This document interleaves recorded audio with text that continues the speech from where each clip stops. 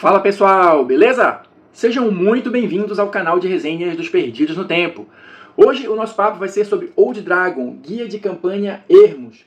Quem está ligado no movimento e já segue o canal há um tempinho, deve lembrar que eu já fiz aqui a resenha do livro básico do Old Dragon e de vários outros suplementos. Mas ainda tem livro pra gente resenhar, né? Guia de Ermos é um deles, estou começando a pagar a dívida agora. Se você está chegando agora no canal, não pegou essa fase, mas quer saber o que a gente já comentou sobre o Old Dragon, não tem problema, não entre em pânico, se liga aqui na nossa playlist que concentra todo o nosso material a respeito desse jogo, e depois, se você curtir e quiser continuar acompanhando o canal, se inscreve e ativa o sininho. Então vamos lá, pessoal. Antes da gente mergulhar aqui no conteúdo do guia de campanha, só queria tirar um tempinho para agradecer, né? Quem acompanha o canal e quem presta atenção nas postagens do canal deve ter percebido que recentemente vários vídeos sobre Old Dragon passaram das 1000 visualizações, né? Pra mim, eu pessoalmente considero isso um marco, eu fico feliz quando acontece, tanto que eu faço as postagens e tal. Então, queria tirar esse tempinho para agradecer todo mundo que fez todos esses vídeos do Old Dragon, né, passarem dessa marca de 1000 visualizações. E isso, claro, serve de incentivo para que eu retorne a esse universo, né, a esse cenário. Eu gostei muito de ler o Old Dragon, gosto muito de jogar Old Dragon, acho que vai ser o meu cenário e o meu sistema de regras base para a fantasia medieval, né, porque eu acho que ele conseguiu criar um sistema de regras complexo na medida certa, né? Balanceado na medida certa nesse sentido. Ele não é nem muito simples, que às vezes você talvez sinta falta de alguma coisa ou precisa inventar ali na hora, e nem ele é complexo demais. E eu acho que uma coisa que é interessante também do Old Dragon, e isso vai ligar diretamente aqui com o guia de campanha, é que ele, na minha opinião, né, ele cada vez se torna mais modular. E eu acho isso uma coisa positiva. Onde é que eu quero chegar nesse ponto? Ele tem diversos conjuntos de regras específicas caso você queira abordar o jogo dando ênfase nisso ou naquilo. E é justamente o caso aqui do guia de campanha dos Ermos. Se você quiser fazer um jogo mais voltado para a exploração, né, do terreno, para o inimigo aqui, entre aspas, vão ser as forças da natureza, né, vai ser o ambiente em si, e não necessariamente um monstro, ou uma dungeon, ou um chefão de fase, alguma coisa assim, esse livro traz tudo o que você precisa para levar o jogo nesse ritmo, nessa direção. Então aqui o objetivo da nossa resenha vai ser justamente dar uma passada geral pelos capítulos do livro. Ele é um livro basicamente de regras, ele é um manual, ele é bem direto, mas assim, para vocês terem uma ideia do conteúdo do livro e o que vocês podem extrair daqui, né, é que eu tive essa ideia de fazer essa resenha pensando um pouquinho do que vocês vão encontrar em cada um dos capítulos. Mas agora chega de papo e bora para a resenha, que tem muita coisa para falar. Olha só, pessoal, o guia de campanha dos Ermos, ele tem aí aproximadamente 100 páginas, capa dura, aquele padrão dos livros do Old Dragon, né? E essas 100 páginas estão divididas em uma introdução e 4 capítulos e alguns apêndices. Então a gente vai dar uma passada geral por cada um desses pontos para vocês saberem mais ou menos o que vão encontrar aqui no livro. Só para complementar o que eu falei no início, a ideia aqui é trazer um conjunto de regras que vai servir, que vai dar ênfase, que vai dar mais peso à questão da exploração. Quem gosta de descobrir o que acontece jogando, quem gosta de exploração de X, né, aquela coisa toda, abrir o mapa, né, como se diz, esse livro aqui é extremamente útil. E só uma nota aqui de alerta, né, que está na introdução do livro, para quem já acompanhou os outros livros do Old Dragon, para quem já usa as regras, um pequeno alerta que eu acho que é interessante. Eu vou ler aqui, se liga aí. Muitas regras apresentadas neste livro já foram mostradas nos livros básicos do Old Dragon.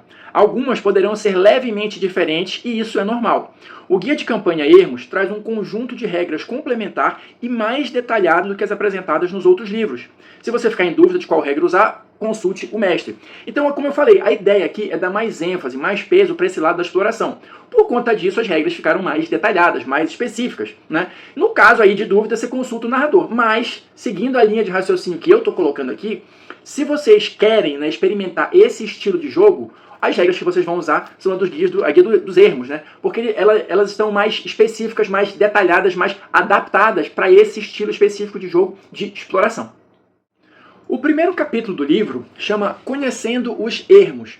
E aqui, basicamente, a gente vai ter uma noção geral do que o livro entende por ermos. Então, só para vocês terem uma ideia, o conceito que o livro apresenta de ermos é aquele local distante onde não existe nenhum tipo de civilização. É por isso que eu comentei no início que esse estilo de jogo ele também vai um pouco para o lado de, entre aspas, aqui a natureza como um inimigo, né? Você vai lidar com as condições climáticas, você vai lidar com a questão do gerenciamento, né, de alimentos, de conseguir alimento, de conseguir água, de escolher o local certo para acampar, de acidentes geográficos que você vai precisar transpor, mais ou menos esse tipo de coisa. Claro, entre um negócio e outro pode aparecer ali um monstro errante, alguma coisa assim, né? Afinal, você está numa área desabitada e desprovida de civilização, né? Esse é o conceito que o livro traz. Mas a ideia aqui é justamente você explorar esse outro lado dos personagens, né? Nem tudo se resolve com um combate, nem tudo se resolve com um golpe de espada. Então existem outros tipos de desafios que, de novo, se o seu grupo está a fim de embarcar nessa jornada, podem ser muito interessantes. Então, aqui no primeiro capítulo, além desse conceito, né, do que seriam ermos, ele vai apresentar aqui a forma como o livro classifica esses ermos, ou seja, os tipos de terreno, vamos chamar assim, né? Então o livro vai trazer 8 tipos de terreno aqui. A gente vai ter, olha, geleiras, pântanos, florestas, planícies, desertos, colinas, montanhas e oceanos. Tem uma pequena representação aqui só para você ter uma ideia, né? Tem aqui, olha, um conceitozinho básico sobre cada um desses tipos de terreno. Claro, isso aqui é uma generalização, é uma simplificação.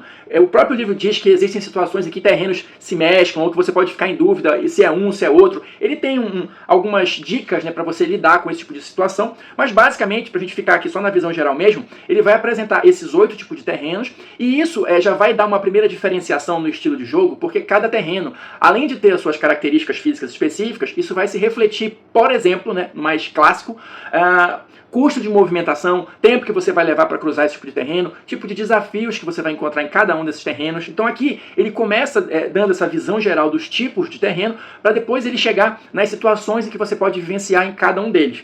E só para vocês terem uma ideia também, ele vai seguindo aqui, olha, e logo depois dos conceitos, né, de cada um dos tipos de terreno, ele vai falar aqui, olha, de estações do ano, né, clima de uma maneira geral. Clima, temperatura, vai falar aqui, olha, de área de transição entre um tipo de terreno e outro, né, aquilo que eu estava comentando.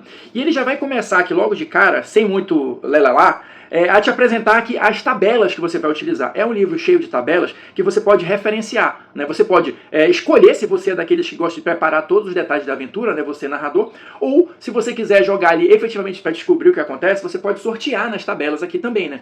E ele vai trazer nessas tabelas justamente, olha, o tipo de condição climática que os personagens vão enfrentar. Só para dar uma ideia para vocês, tem uma tabela para cada tipo de clima, olha, clima polar, clima temperado, e nessas tabelas você vai ter aqui, olha, o tempo aberto. Ontem fez tempo bom. Se você está na primavera, no verão, no outono, você usa essa coluna. Se ontem choveu, você usa essa outra coluna aqui, primavera, verão e outono. Se você está no inverno, você usa essa última coluna aqui. E aqui você vai ter, olha, o tipo de clima: tempestade, nevasca, chuva leve, tempo bom, nublado e médias de temperatura, 20 graus, 30 graus, 15 graus, enfim. Então, com uma tabela aqui, você já tem a condição climática de hoje, né? Se está nublado, se está chovendo, de ontem, que você vai pegar aqui a partir da tabela, e também a média da temperatura. Então isso já dá uma série de informações novas que, se você está afim de encarar um jogo com esse nível de detalhe de exploração, certamente faz diferença, né? Então, olha, eu mostrei para vocês aqui, olha, tem a tabela de condições do clima polar, temperado e do tropical aqui também, né? Então, dependendo de onde você esteja, você já tem aqui uma tabela para te auxiliar nesse sentido. Se a gente está falando, né, de clima, de temperatura, para chegar no nível aqui dele te dizer qual é a média da temperatura ou qual é a temperatura que está naquele dia, claro que isso vai influenciar também na sua jornada. Assim como acontece na vida real. No dia que está mais frio a gente tem um tipo de comportamento, no dia que está mais quente a gente tem outro. Se a gente está fazendo uma trilha, por exemplo, e está chovendo, isso significa uma coisa, se não está é outra, se está muito calor, enfim. Todas essas situações, claro, de uma maneira geral, básica, elas são abarcadas aqui no livro, tá? Só para mostrar para vocês a sequência, eu falei aqui da questão do clima, né? Se está chovendo, se está nublado, não sei o quê. Ele vai também falar um pouquinho sobre cada uma dessas condições climáticas, tá? Então ele é um livro que ele vai te dar, de fato, muita informação para você trabalhar, tá? E aí, chegando no ponto que eu estava comentando aqui da questão das temperaturas, olha, ele vai te dizer aqui, tem uma tabela aqui de roupas e temperaturas, o que seria adequado, né, para cada uma das temperaturas e tal. E se você não estiver devidamente trajado, vestido para aquele tipo de temperatura, isso vai ter efeitos, né, de jogo, de sistema, que o livro classifica aqui como hipotermia e hipertermia. E isso vai estar envolto naquela situação de sobrevivência térmica. O conceito é basicamente esse. Ou seja, aqui pela tabela, olha, lembra aqui, na tabela anterior ele te dizia qual era a temperatura. Aqui ele vai te dizer, olha, o que é quente? De 21 a 35, muito quente, de 35 a 50. Se você está com traje de exploração, ok. para essa temperatura. Se você está com um traje nobre, você já vai sofrer hipertermia nessa temperatura, entendeu? Então essa tabela é organizada dessa forma. De acordo com a temperatura, o tipo de roupa que você está usando, se ela está ok para aquele clima ou se você já vai sofrer hipertermia ou hipotermia. E aí, claro, só para dar o resumo aqui, né? Como é que vai acontecer? Se você tiver, por exemplo, de armadura no deserto, você vai ficar muito quente. Se você tiver com uma roupa normal, sei lá, uma camiseta num clima gelado, você também vai começar a congelar.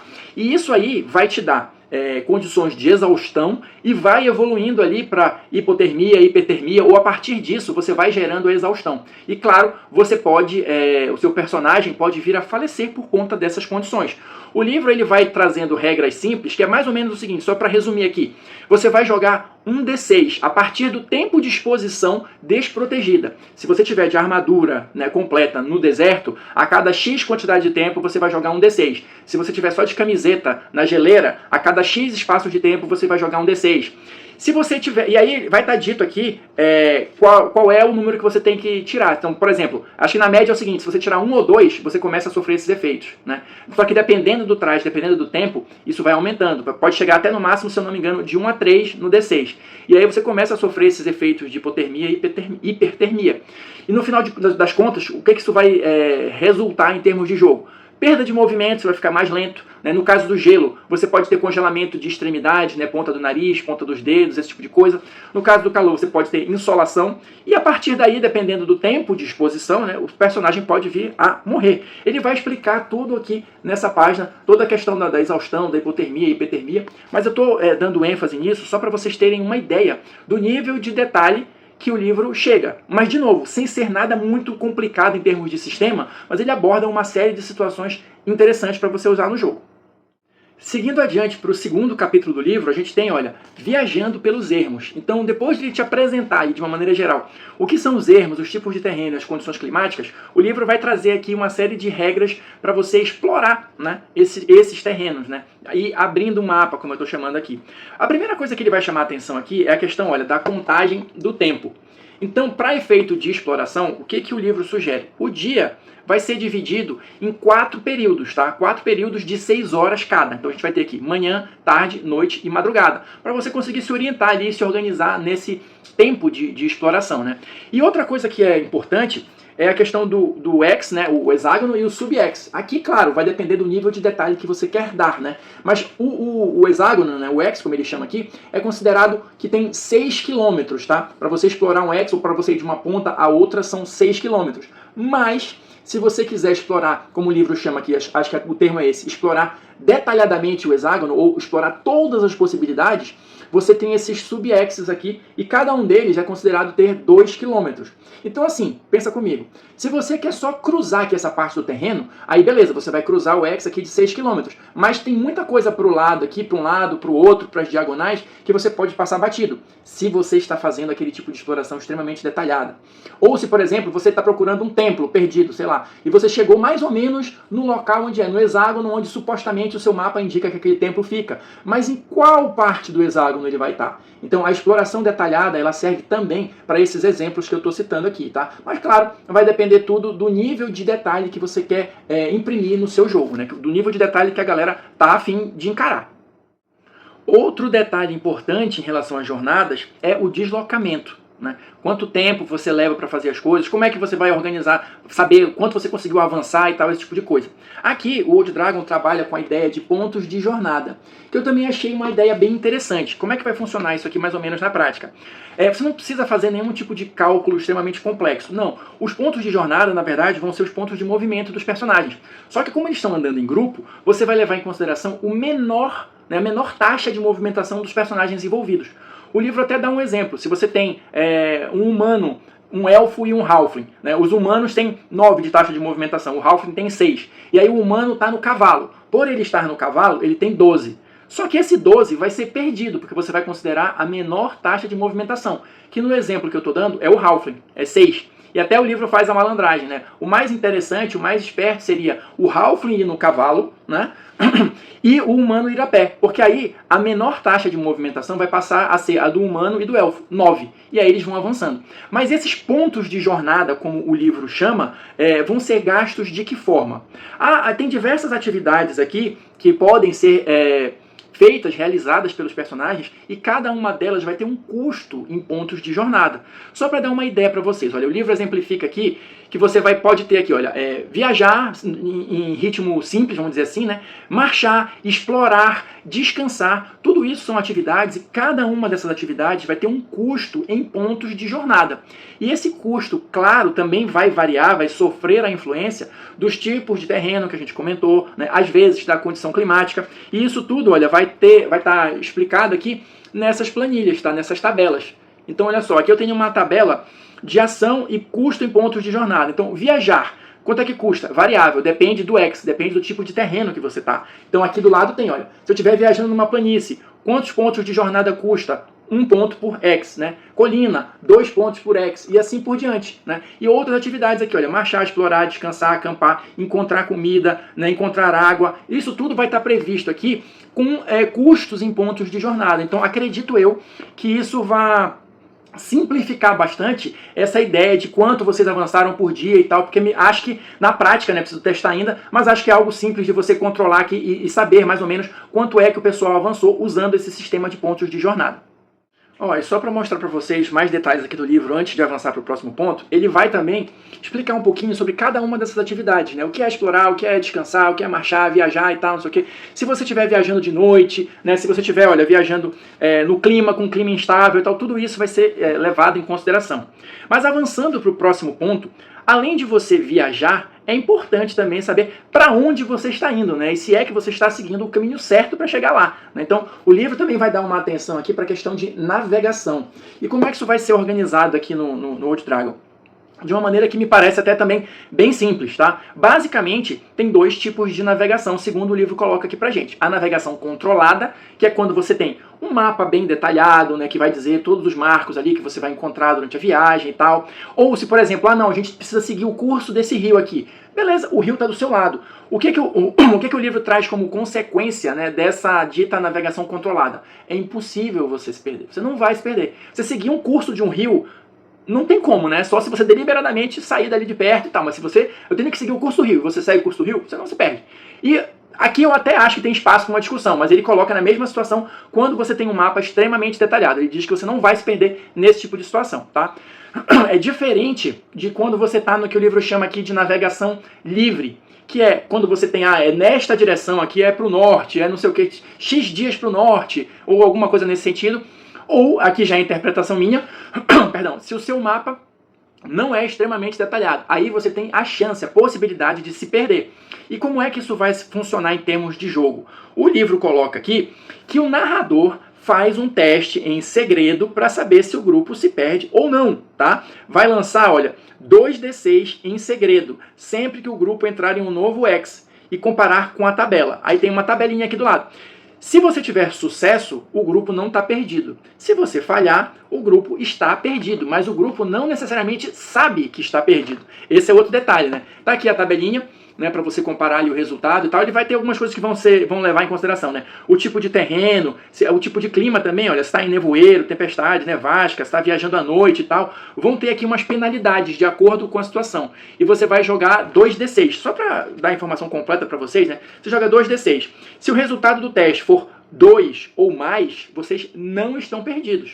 Se o resultado é 1 ou menos, né, vocês estão perdidos. Por que menos? Porque, olha, se você estiver viajando à noite, por exemplo, você tem um redutor de -4. Então pode ser que esse resultado dessa jogada dê negativo, tá? Então, assim, 2 para cima vocês não se perderam, 1 ou menos vocês se perderam. A chance é pequena, mas sempre existe. E aí, nesse momento, você pode estar pensando, tá, o grupo se perdeu, mas como é que o grupo se acha, né? Como é que funciona isso? Segundo o livro coloca aqui, tá, vocês podem gastar 1 ponto de jornada para permanecer no mesmo lugar e se reorientar. né, tentar, da feita que vocês percebem que vocês estão perdidos, vocês podem tentar se reorientar. E aí o mestre faz de novo um teste em segredo para saber se vocês conseguem ou não. E aí, de novo, dependendo do nível de detalhe que você queira dar, ele até tem aqui algumas regrinhas, olha, de, por exemplo, você está no X aqui, você tinha que ir para cá. Você falhou por quanto aqui no teste? Então vocês estão na direção errada e tal. Então é nesse nível de detalhe, se vocês quiserem, né, que a coisa é resolvida aqui. Senão você pode simplesmente fazer essa questão ali, de parar, reorientar e tal, e seguir viagem. Como eu estou dizendo aqui desde o início, eu acho muito legal que, na minha opinião, né, o Old Dragon está bastante modular. Então você usa a regra que você quiser, que você achar interessante, que você achar melhor para o seu grupo. E isso vai seguir adiante, olha, com o próximo tópico aqui que eu quero dar destaque para vocês, que é acampar. Ah, acampar você parou ali e descansou, não é só isso? Não. Se você está jogando uma campanha cujo objetivo é dar ênfase nessa parte da exploração, tem diversas outras coisas que vão estar envolvidas ali no ato de acampar. Ó, tem teste de acampamento para ver se você está num local seguro ou não, né? Tem diversas outras atividades que você pode realizar enquanto você está acampado. Podem ter ocorrências, né, situações, ataques, alguma coisa assim que está alheio à vontade do grupo enquanto vocês estão acampando. E isso tudo, olha, vai estar descrito aqui, olha, encontros, ocorrências inesperadas, interrupção do sono, olha, fogo, incêndio, uma porrada de coisas que podem acontecer aqui durante o acampamento que vocês vão precisar lidar. E aqui, olha, eu achei interessante de comentar aqui. Se você quiser, né, dependendo do nível de detalhe que você quiser imprimir para a sua jornada, você tem inclusive uma famosa regra para cavar buracos aqui, que a galera do GURPS tanto fala e que a gente, né, na verdade, sacaneia bastante lá, mas no meu caso é só zoeira, é só brincadeira mesmo. Mas a famosa regra de cavar buracos do GURPS, tem uma regra aqui para cavar buracos no Old Dragon, se você tem saudade dessa regra. Se você nunca viu uma regra de cavar buraco e quer cavar agora, tem aqui, tá? Então, só para mostrar para vocês o nível de detalhe que a gente tem aqui no suplemento do Old Dragon, tá? Tem inclusive regra para cavar buraco. Tem regras aqui também, ainda nessa questão dos acampamentos, né, e das viagens de uma maneira geral. Como é que você vai lidar com a questão de animais, né, animais de carga, veículos e tal, se você tiver. Então tem aqui algumas informações a respeito disso. Tem uma tabela aqui, né, de animais, olha, qual é o movimento deles, quanto eles carregam, se eles conseguem puxar veículo, quanto de ração eles consomem por dia, tá? Isso aqui é importante, a gente vai comentar um pouquinho sobre isso, né? Então tem toda uma seção de como você vai lidar com essa questão de animais no grupo. Porque é uma coisa que não sei na experiência de vocês, mas na minha experiência de jogo é uma coisa que fica meio de lado ali e tal. De vez em quando a gente lembra que tem um cavalo, uma carroça, alguma coisa assim, mas não é dado muita ênfase nisso. Então, de novo, como o objetivo aqui é realmente tentar cobrir todos os aspectos de uma exploração, né, de uma jornada pelos ermos, também a gente vai ter um certo nível de detalhe, tanto para os animais quanto para a questão dos veículos. E finalmente, seguindo adiante, para a gente chegar no último tópico deste vídeo, deste capítulo, a gente tem aqui uma seção, olha, falando de água e alimentação. Tá? Então, aquilo que eu estava comentando, né? Você vai ter que gerenciar alimento, você vai ter que gerenciar água. E a ideia aqui, né, de você dar ênfase nesse aspecto também, é que você vai ter regras ali para qualquer tipo de atividade que envolva você conseguir água e alimento. Aqui eu estou falando de caça, de pesca, de forragear, né, que é você procurar alimentos ali, frutas, tubérculos, ovos, mel, qualquer coisa assim, né, você encontrar esses alimentos na natureza, né, buscar água também, fontes de água segura para beber. Tudo isso vai estar coberto aqui, né, nessa sessão, falando um pouquinho sobre a questão das rações de viagem, né? Cada uma dessas atividades, olha, de caça, de forrageio, de pesca e tal, vai estar tudo previsto aqui. Tabelas, tá? De acordo com o tipo de terreno e a estação do ano, o quão fácil ou difícil é você encontrar alimentos, se você tiver, olha aqui, forrageando, tem uma tabela para isso. Aliás, acho que tem uma tabela para todo tipo de atividade, olha, caça, também levando em consideração a mesma coisa, tipo de terreno e estação do ano, né? Qual é a dificuldade de você conseguir caçar? Qual é o resultado, né, da sua caça? Quantas porções de ração você conseguiu? Tem tudo isso aqui, olha, pesca também. Então, é o que eu estou dizendo para vocês. É bem detalhado, né? Para, de fato, você escolher o quanto você quer se aprofundar nessa situação. Tem uma tabela também aqui, olha, para encontrar água, né, que é outra coisa muito importante. Também levando em consideração a mesma coisa. Tipo de terreno e estação do ano. Mais fácil ou mais difícil encontrar água. E claro, como vocês já devem estar imaginando, se você não consegue, você vai sofrer efeitos de privação de alimento e privação de água. Então aqui ele vai trazer quais são os efeitos, né? A gente tem aquele efeito básico lá de você ficar com o movimento reduzido e tal, mas isso pode chegar, dependendo do nível, olha, de você ter mais dificuldade em testes de atributo, enfim. O livro ele vai descer aqui nesses detalhes, nessas minúcias, de acordo com o seu nível de privação, né? Então, e até acho que ele faz diferença se é privação de alimento ou de água, não tenho certeza, mas acho que tem alguma coisa em relação a isso. Mas enfim, o nível de detalhe extremo, né, para você de fato tornar a jornada muito mais desafiadora de que simplesmente você, não, eu vou sair da cidade e cheguei onde eu quero chegar. Não, aqui o lance é você aproveitar, né, vamos chamar assim, a jornada. A própria jornada é a aventura. Pessoal, para esse vídeo não ficar absurdamente grande, eu vou encerrar por aqui, tá? A gente viu os 2 primeiros capítulos do Guia de Ermos, tá? No próximo vídeo a gente vai falar dos outros 2 restantes, né? Que basicamente vão envolver questões de combate e exploração na prática, né? Como é que você faz o Hexcrawl na prática e também os apêndices, beleza? Então, por enquanto, vou ficando por aqui. Espero que vocês tenham curtido essa primeira parte da jornada, né? Pelo Guia de Ermos. Quem me acompanhou até agora, muito, muito obrigado. Se esse vídeo foi útil para você de alguma forma, deixa aí o seu like, o seu comentário e a gente se encontra na próxima resenha.